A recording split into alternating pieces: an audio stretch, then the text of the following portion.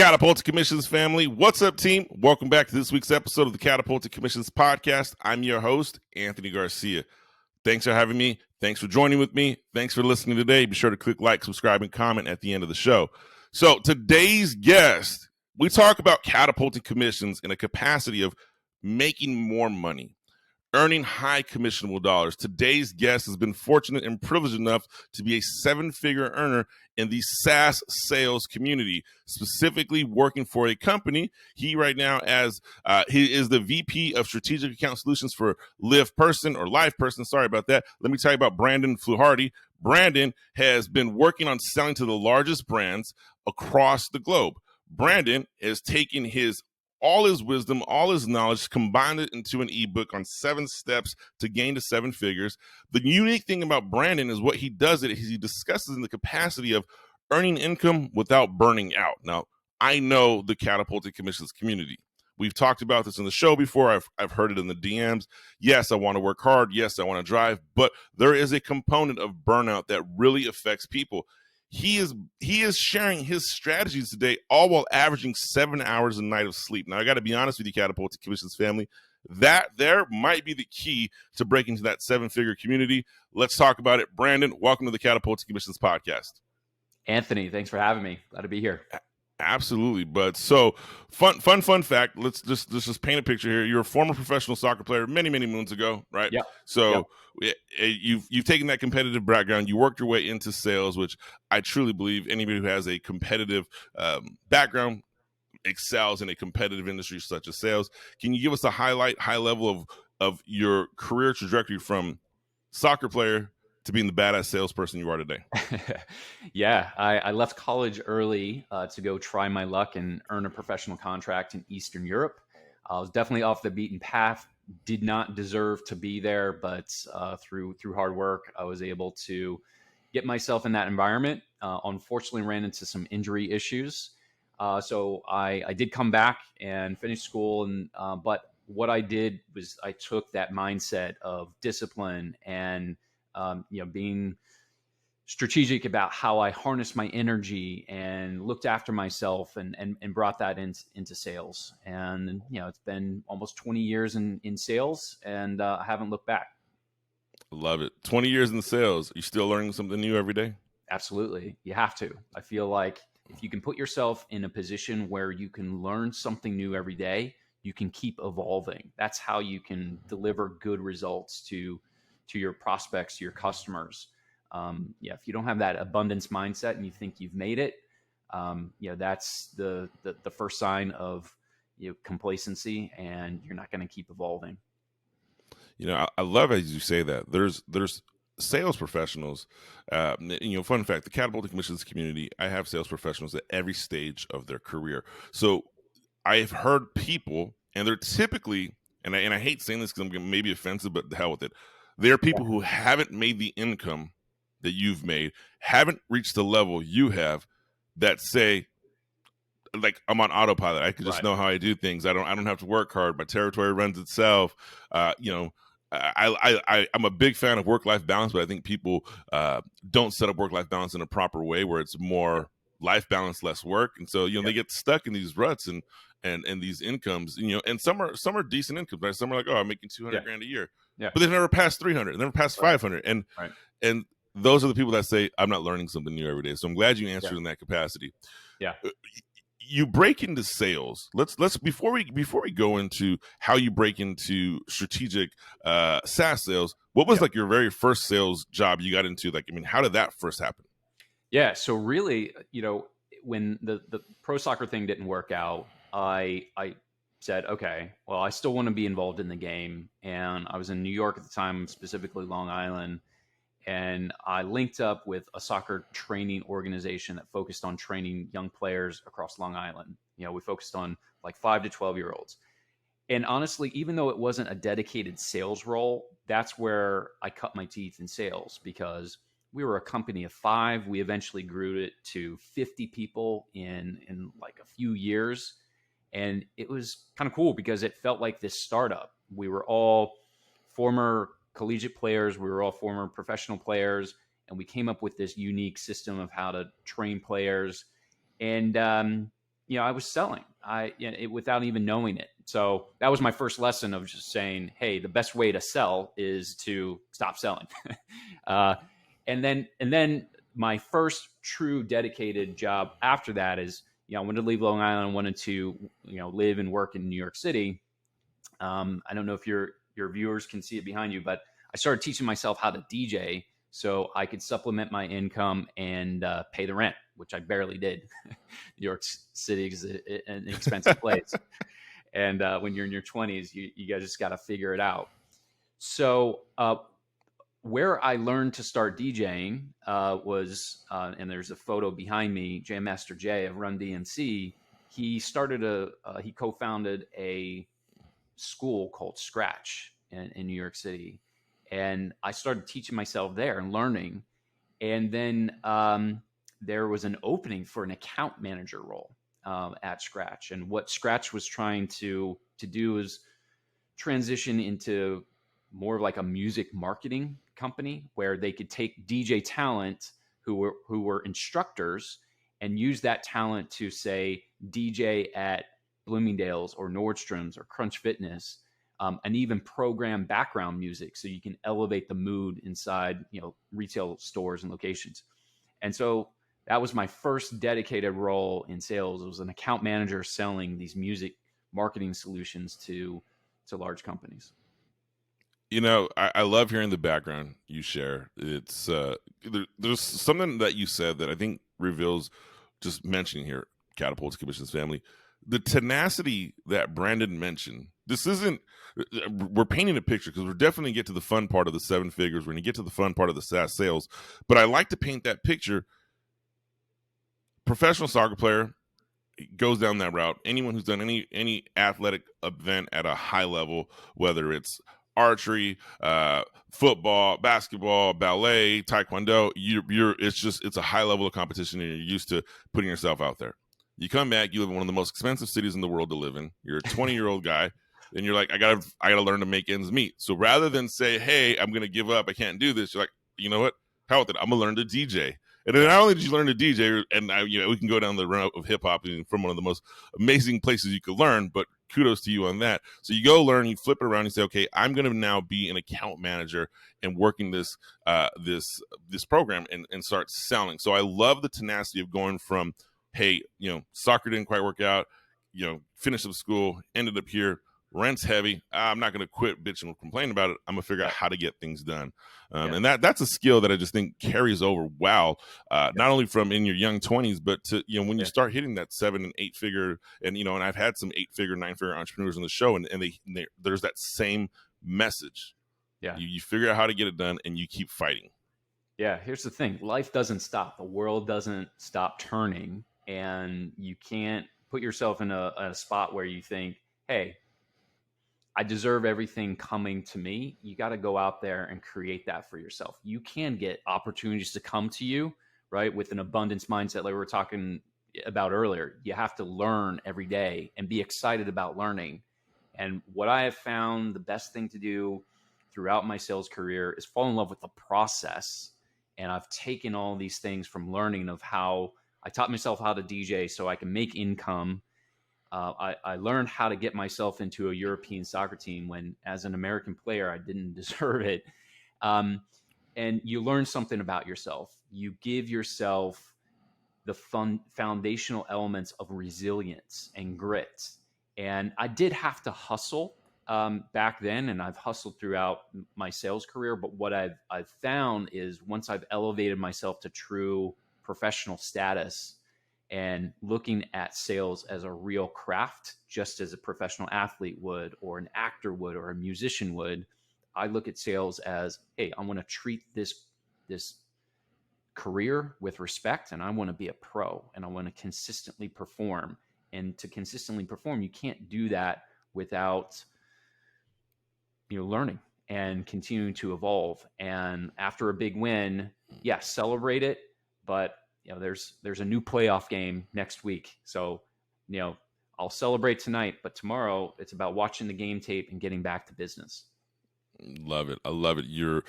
The sales that we do, like the sales career you have, should and will be a professional sport. Like, you should treat this in that same capacity as athletes go into the gym every day, try to get better, study film, break it down. In my own career, I recently had a string of no sales, of back-to-back deals that didn't work out for me. I was really frustrated, and I sat there and I ran film back. I looked back, I looked at my emails, I looked at the communication, I looked at the notes that I had. Because of what we do, I don't record calls, but I looked at it and I said, okay, where did I go wrong, and how can I improve? And I just to hear someone else say that, I love it, because there's too many people that are just like, oh, I'm gonna show up and wing it. Doesn't work. I'm not gonna put in the reps in before after hours. Doesn't work. So you go on this journey, you get into sales, and you have a 20-year career here. You go into B2B sales, you work in different capacities, but how do you break into strategic SaaS sales? Because I have to tell you here, as the sales community has evolved, right? Let's just say over the past 10, 15, even 20 years, you start getting into, there's certain caliber level of sales that people want to get into, right? You start, and I know this, and I see these people on a consistent basis, right? If they want to go in the corporate world and working in sales, they're like, okay, I want to get into SaaS sales. I want to get into high level medical sales, not pharma, and I love my pharma reps, but like high level. Or there's some, and didn't even know this, and I didn't know if you know, but there is a big business in agriculture sales. Had no clue. I live in the agricultural valley of California, and so I have some colleagues that just completely crush, similar to what top SaaS account executives do, selling grapes and almonds, and they travel the world and sell it. But I've learned some things. So everyone's looking to say, how do I break into these industries? SaaS is one of them. How'd you get into it? Yeah. So, fast forward from the New York City days to there came a point where, again, in my mid-20s at that point, had lived in New York City for a little while, met my wife, now girlfriend at the time. She had been living there for a while. She had just made a career transition herself. She went from fashion world into nursing. And when I met her, she was just finishing up nursing school. And it was one snowy March week in New York. And we had the chance to go visit her family down in Sarasota, Florida, where she grew up. And it was perfect weather. We were at the beach. Dolphins were going by. We were having drinks at sunset. And we were thinking to ourselves, why are we living in New York? Why don't we try just living down here for a year, take a break, and then evaluate. We were thinking California or some other place. So that's what we did. We moved down there. It was about supposed to be a year experiment, and whatever. 10 years later, 12 years later, here we are, still living here. It's an affordable place to live, and so that's what I did. But what I had to do was start over. I was working on accounts like Gucci and some other high-profile accounts in the music marketing business, to then starting all over again, selling $45 little ad space in a local paper that told you about upcoming events and things like that. So I was driving around trying to sell this little ad space. So I had to start with print advertising. From there, I built myself into television advertising. I was working at the local television station. And the defining moment for me was, all right, I was looking at the advertising space and I was like, okay, things are changing. Things are going more digital. And, this is about a decade ago. And I said, I need to get myself into digital advertising. Otherwise, my career is going to be done in, local television advertising. So I was doing well in the local television space, but I knew I didn't have a future in it. So to get myself into the SaaS space, I parlayed my experience in advertising and local businesses. And I said, okay, what are the digital marketing companies that I could align myself with, where I could parlay this network that I had, and I could almost even take that business, because television advertising was declining. I could go and talk to those prospects and bring them into this new space. And that's exactly what I did. I went from television advertising to a company called Reach Local, who focuses on helping small businesses develop digital marketing solution, which is delivered through SaaS. That got me into the SaaS industry. And then I just worked my way up from small, medium-sized business to mid-market to now talking to, Fortune 100 level brands. The story, right? The before and after, right? Let's not hide the fact that you're a 7-figure sales executive now. But when did you? How many years ago did you take that step back and say, "Hey, I'm going to go sell $45 print ads"? What year was that? Yeah, it was in 2008. Okay. A while ago. Yeah. So you take a step back, 2008, and you say, "Okay, I'm going to go sell $45 print ads." Listen, Catapulting Commissions family, where you're at right now doesn't have to be where you're going to be 10 years from now. Where you're at right now isn't going to be reflective of your income in 10 years from now. Your mindset is going to be reflective where you'll be 10 years from now. So do you hear Brandon say, "Hey, I take a step back and I go sell $45 print ads"? I got to be honest with you. In the world of sales, right, selling print ads, I mean, that's a grind. That is not, there's no sexiness award with selling print ads. But you hear someone as successful as Brandon say, "I'm going to take a step back. I'm going to strategically move either lateral or downward, however you look at it, with the intention of growing." And his accelerated rate from 2008 to here we are at the tail end of 2021 is amazing, incredible, right? If you look at his income that he was at 2008, I don't know what it was, but you look at what his income is over the last several years in that 7-figure. If your stock portfolio grew that fast, you would be excited. You have that same control and that same ability with your career. So you break into SaaS sales. Now, you consistently are earning 7 figures. When did that start? How many years in a row? And what's the secret to that? Yeah. So the story from there was I got into SaaS. I was there for a few years, and I always looked at like 3-year horizons. And we hear it all the time. You're either learning, you're earning, or you're building your own thing. And so at the time, I was learning digital marketing. I was learning SaaS. I was learning technology, and I was like falling in love with technology.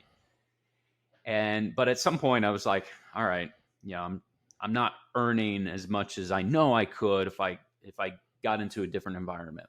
So then I got myself into a different environment, and it was more elevated. It was actually a consulting firm that focused on like IT solutions, and it was not just selling like SaaS solutions of other people, but it was also selling services. So that elevated me and got me into like the mid-market business. We were working with larger companies, coming up with more strategic solutions. And we were like, okay, we can use this solution over here, and then we'll come in and be consultants and outsource some of your pains of the IT. So that like really elevated my career. And then what I needed at that point was, all right, I'm looking for a cultural change. And at the time, this was probably going back to like 2015. Silicon Valley was hot, and I wanted to work remotely. I wanted to travel a little bit, and I linked up with a late stage startup out of San Francisco. I was on a plane all the time. It was cool. It was interesting. I was working on enterprise customers. So I got myself in the enterprise space. I was in SaaS. I was at a hot startup, making 6 figures. And in 2017, I was recruited by my current company, LivePerson. And at that time, I wasn't looking to leave. I was comfortable. I was enjoying what I was doing. And I had 2 lists. I had a list on one side of like a handful of companies, like really well-known companies that I would be willing to take a conversation with if they knocked on my door. And on the other side, I had a list of industries I'd be willing to take a bet on. And LivePerson sat on the category list of artificial intelligence, because I knew artificial intelligence is something that's going to shape our lives for decades to come. And if I could get on the ground floor of a company who is leading the way in artificial intelligence, I'm willing to take that conversation. And the more conversations I had, the more I was bought into this is the right company at the right time in the right industry. So I took that bet, left my comfortable 6-figure role again after being there for about 3 years. I learned, I think, everything that I could there. earned as much as I possibly could in that environment. And the person who hired me said, "Hey, I think you're going to be the first salesperson to earn over $1 million." And I took that ball and ran. And the first year, so I started in January 2018, closed my first 2 deals in 2018, and that year surpassed my quota. And in 2019, getting paid off of closing 2 deals at the end of the year, that gave me a good foundation. And in 2019 was the first year, earned $1.5 million. So I went from like 200,000 to $1.5 million in a short period of time. And since then, I've stayed in the 7-figure earners club. Well, Brandon, let's not discount that, man. Congratulations. That is a huge accomplishment. I just read an article this morning, literally this morning, right before we went on air, what the annual income you needed to be considered rich and wealthy in your community, right, in your city. And we all live in different cities. I live in the city of Bakersfield. It's about 100 miles north of LA. Right. So I am, I love my Bakersfield community, but we are definitely not like, Bay Area, Los Angeles, Tampa, New York City. But 1 million, 1.5 million, I can tell you this, because I just read the list this morning. That puts you top income earners, any city, pick a place, drop it in New York City, Chicago, Dallas, etc. Congratulations to that. But I love the growth. 200 grand to 1.5. And you would think that we planned it when I kind of took a jab at the 200 grand earner earlier. And I promise you, Catapulting Commissions family, I didn't plan it. But if you find yourself in that level of complacency, we're like, shit, I can't go across this plateau. I mean, Brandon has just talked. He has bet on himself numerous times where he has taken risks. He stepped out of his comfort zone, and it is easy. And I'm listening, Catapulting Commissions family. It is easy to stay where you're at right now because you're good enough to get your job done. You're good enough to just skate by and make 200 grand or 250 grand or 300 grand. And I got to be honest with you, if you listen to this show religiously, and I know I have a loyal following, that's not you, because that's not me, and that's not what we bring on this show. I have brought mothers and people who've left their non-sales jobs and have been 7-figure earners in direct sales, and they talk about the passion of getting uncomfortable. We have brought people who've done it through corporate America. They've talked about the passion of being uncomfortable, willing to start over. Hell, we've brought entrepreneurs that have risked everything and talk about being uncomfortable. There's something to be said about being uncomfortable and having your back against the wall and growing. So I think that's huge, Brandon. So you break into 7 figures. You haven't looked back since then. You have a book coming out right now, an ebook coming out, 7 Steps to 7 Figures. Can you give us a little premise on what are some of these steps? Right now, let's just talk. There, I have people who listen to the show who work at some big software companies, at Oracle, Salesforce.com. I know some of these folks who listen in. What does it take for them to go from that plateau of let's say that mid 6-figure range because they have the industry, but to crack into that 7-figure world? Yeah. So the 7 steps for me, step 1 is you got to get in the right environment to close huge deals. So when I was with the late stage startup, again, I wasn't thinking to myself, oh, I can be $1 million earner, but there was a seed planted in me of like, I knew it was possible. And, the old environment, as much as I enjoyed it, I knew I had reached a ceiling and I wanted to break through that ceiling. So by me taking a bet, again, on myself, and you talk about a good point that I think is really important to underline here is I took bets on myself because I believed in myself. Leaving New York could have been catastrophic for my career. And there were times when I had doubts of like, we should have never left New York because I don't have a career choice. Back then, working remotely, wasn't really a thing. But I believed in myself and I'm like, I know the future is going to be better. So I made that bet in myself. So I think it's important that you got to place those bets in yourself and build the right mindset. But I had to be in the right environment. So that was step 1. And then step 2 is, once I'm in that right environment, I need to be strategic about my account list. And my account list shouldn't just be something that's handed to me and I'm told, here's your territory, good luck, go after it. What I did was I found more meaning in my account list. And I came up with 5 different criteria of things that were important to me. Of, okay, I want to move fast. I want to work with companies that I have expertise in. I want to work with companies that are making a difference in the world. And so I came up with this criteria and I plotted it out on a Venn diagram, and then I prioritized my list. That helped me to focus. That helped me to actually move things off my account list over time that people would normally think I'm insane. Like an example is Walmart, the world's largest company. I moved them off my list because it didn't fit in some of the categories. Like I knew Walmart wouldn't be able to move fast. I knew I wouldn't be able to get real high-level executive buy-in at the world's largest companies. Apple, another one, I moved off my list. So that helped me to focus on what was important to me so that I could actually start locking in big deals quicker. Then the third step is once you start breaking into these accounts, man, imposter syndrome starts to really creep in. And imposter syndrome basically means you don't believe that you deserve a seat at the table talking with a C-level executive of a Fortune 50 company. And what I needed to do was work through my mindset, get my mind right so that I could be confident and I could think to myself, I do deserve a seat at the table because I offer value.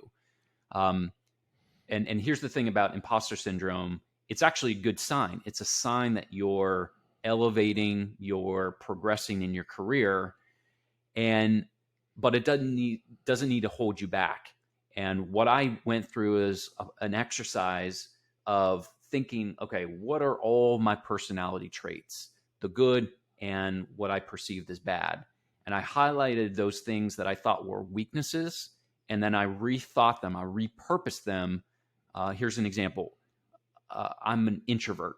I thought way back in the day when I started in sales, man, you have to be an extroverted person. It's about taking them to dinner. It's about, doing business over drinks. And I hated those things.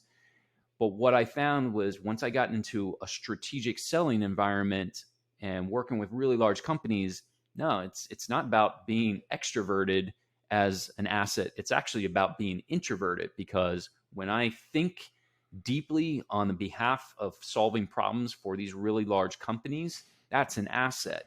And it's not about whining and dining them. It's about showing them commercial insights that allow them to fundamentally change their business.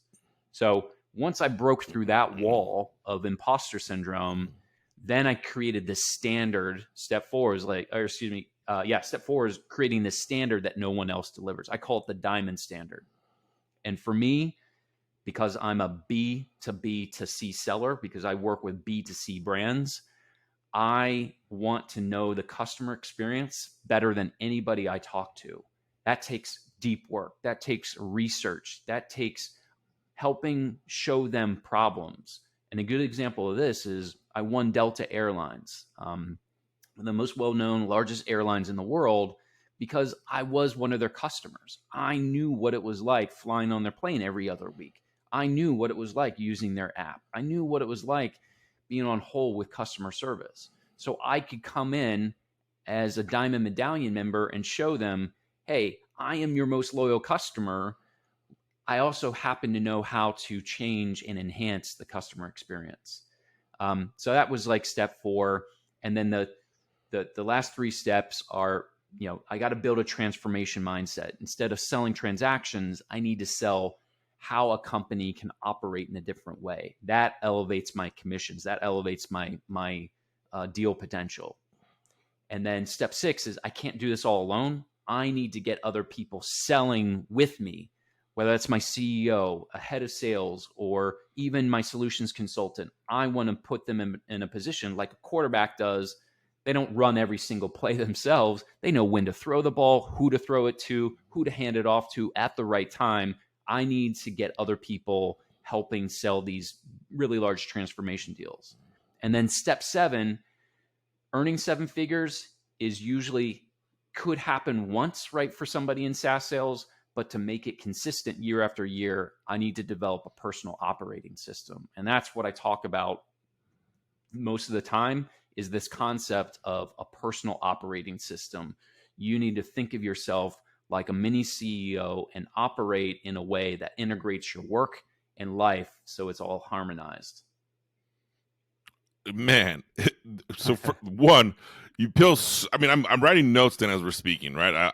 The personal operating system is what you last said, and I love treating yourself as a true independent brand, as independent company, as you know, if you had your own board of directors that you responded to, would the work you do by yourself every day be reflective of something you're proud of? I look at that in that capacity is from the way you eat. Are you working out? What time you go to bed? What are the things you're listening to? Like if you were to just, you know, what was the stupid, I don't say stupid, the Jim Carrey movie, was it the Truman Show or something where they recorded his life unsuspectingly, right? If you did that, like that to me is like, okay, what am I doing throughout the day? Can I do that? But there's a couple other things here. I mean, the introvert versus extrovert, I love how you position that, because I have interviewed people and spoke to people who are incredibly extroverted people. I mean, they're like the life of the party. They're the social people.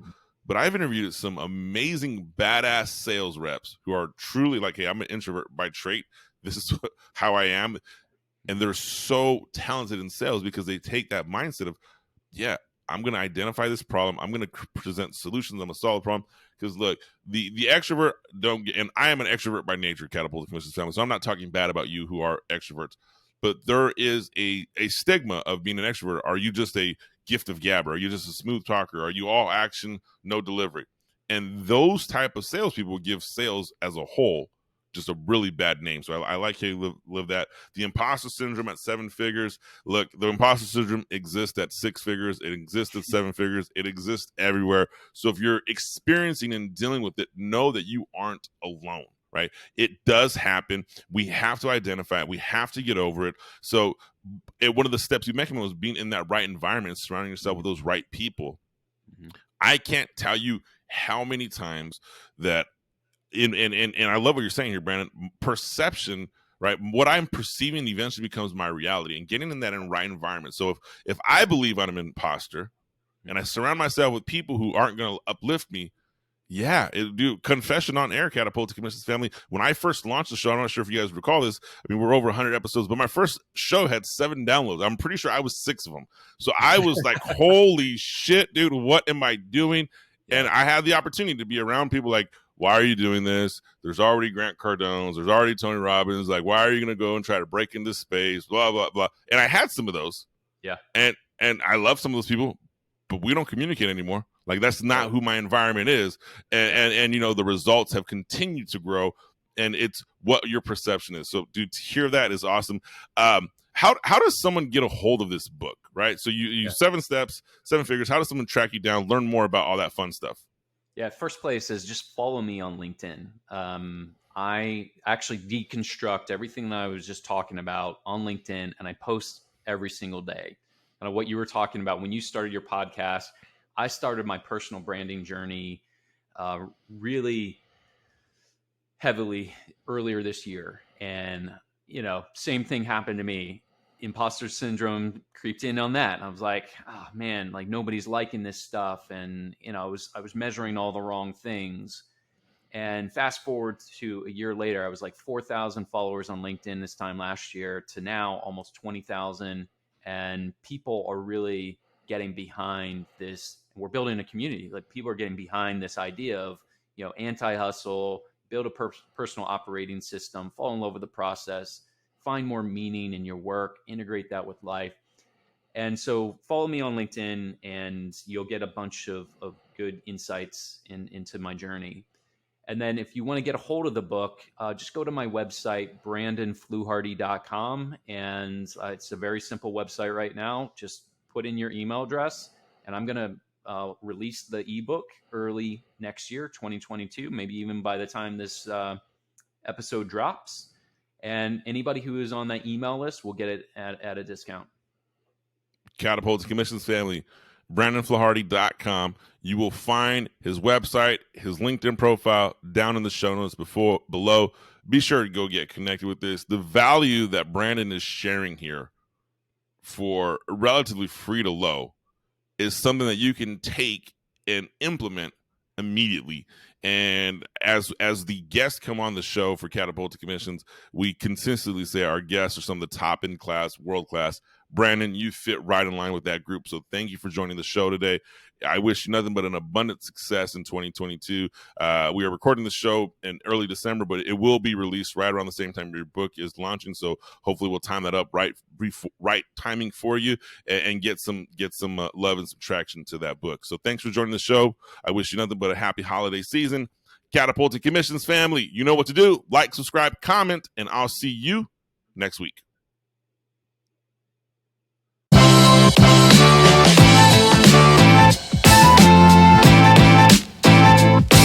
Right.